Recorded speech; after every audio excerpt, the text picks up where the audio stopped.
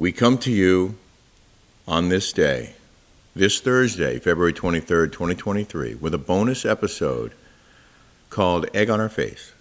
Egg on our face. And it's all my fault. It is. This is the first retraction we've had to make on the Daily Smash since we launched it at least 6 months ago. Yes, it was my fault. I am not a journalist or a news reporter. I got so excited because when I wake up in the morning, I go on my news break, and then I probably clicked on one of the links, and then it took me to another link, and then I found this story, so funny, and it looked real. Now on 8 News, now we know, now at 8 News is a fake. Thank you, Smashers, for letting us know. So I had a crazy day yesterday working on multiple shows that we produce, including our weekly Patreon show. And Kelly, when she says to me, I found an article, I found something great, I'm like, oh, okay, good. It makes my job easier because now we have an In the News segment. I thought I was doing a great job, but obviously I don't know what the heck I'm doing. And by the way, when your mom told you, don't believe everything you read, Exhibit A right here. Don't believe everything you read. And I like this story, though. I wish it was true. And as a journalist, not the meth part. Normally, I would always check. Normally, I would use a second source. I tell a story about not using a second source in my book, Chasing Catastrophe. But that time, it was an actual story. It wasn't fake. In this case, I didn't double check it because I was so slammed. I just assumed it did look real. We used this graphic like 8 times. I thought it was funny. I liked it. Well, it's fake news. We're here to tell you we have egg on our face. Well, and it's all my fault. Just to be clear, I'm going to take responsibility for this. I would like to read the article that fooled us one more time. Okay. Homeless couple found living in Walmart attic with hot plate, meth lab, and 42-inch LED TV. Now, this was dated February 7th, 2023 by Lansing Daily Kate. But this morning when you got the retraction, it showed that it was originally posted in in Lansing, 2015. Yeah, it was, but it said 2015. But when it said Lansing, because it went from there to Lansing, like Times or something, which is like Michigan, right? And I'm thinking, yeah, but so that maybe there's another publication that picked up the phony article that when it was first published somehow, whatever. But this says the dateline on this article is Memphis, Tennessee.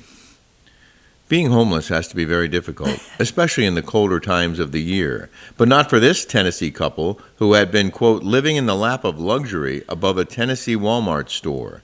The homeless man, 48-year-old Wilbert Thomas, admitted to police that he and his girlfriend, 54-year-old Ingrid Malone, had been living above the store for over 2 years. What they did to the attic baffled police and store employees. I mean, this is really well written. It is.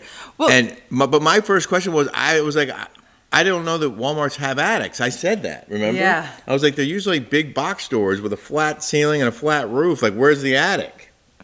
Well, it's funny is that in San Francisco, there used to be this publication, and it was like fake stories, like fake news stories. Oh, yeah. Well, there's The Onion. The Onion. Yes, The Onion. Yeah.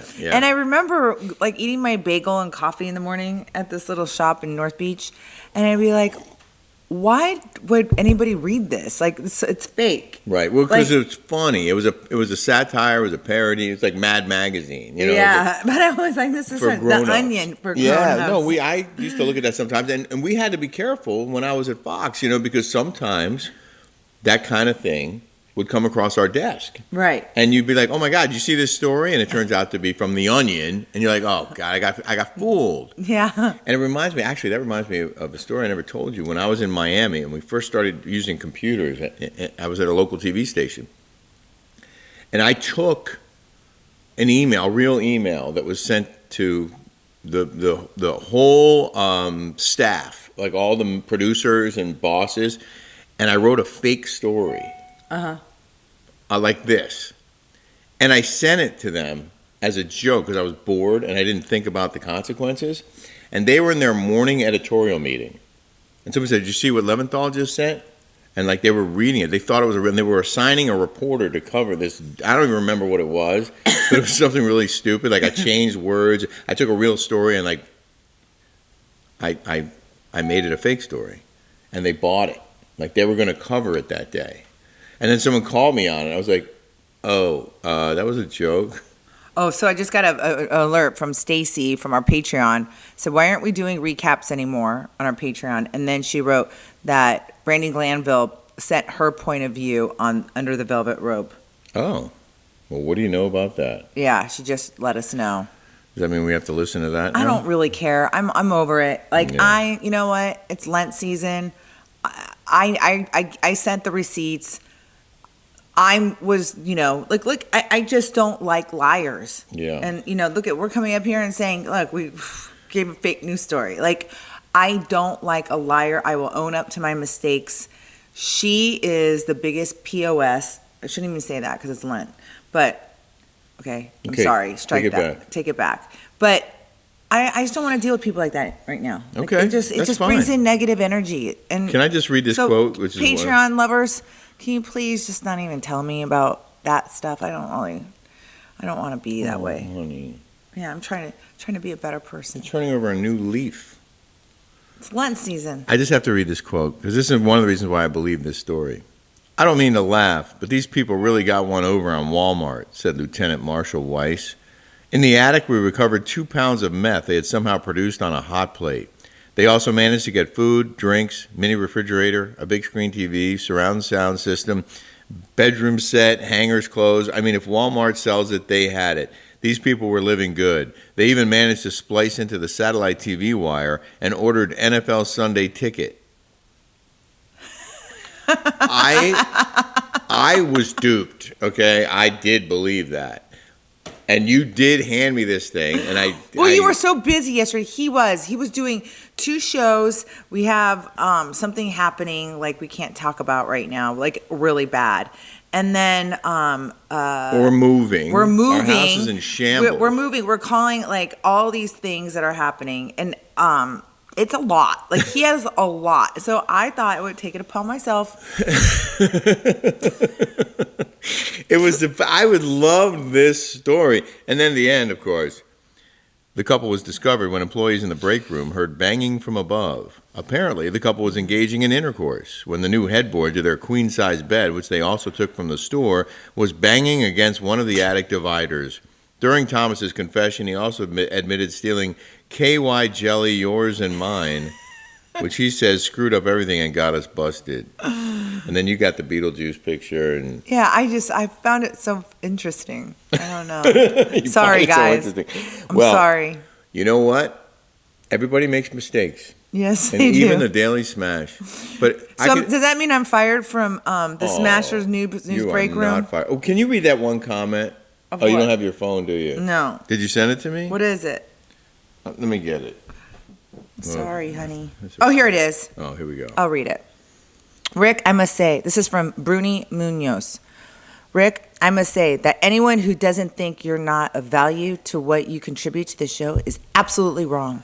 You contribute 100% and in abundance and much, much more. I love how you handle the show.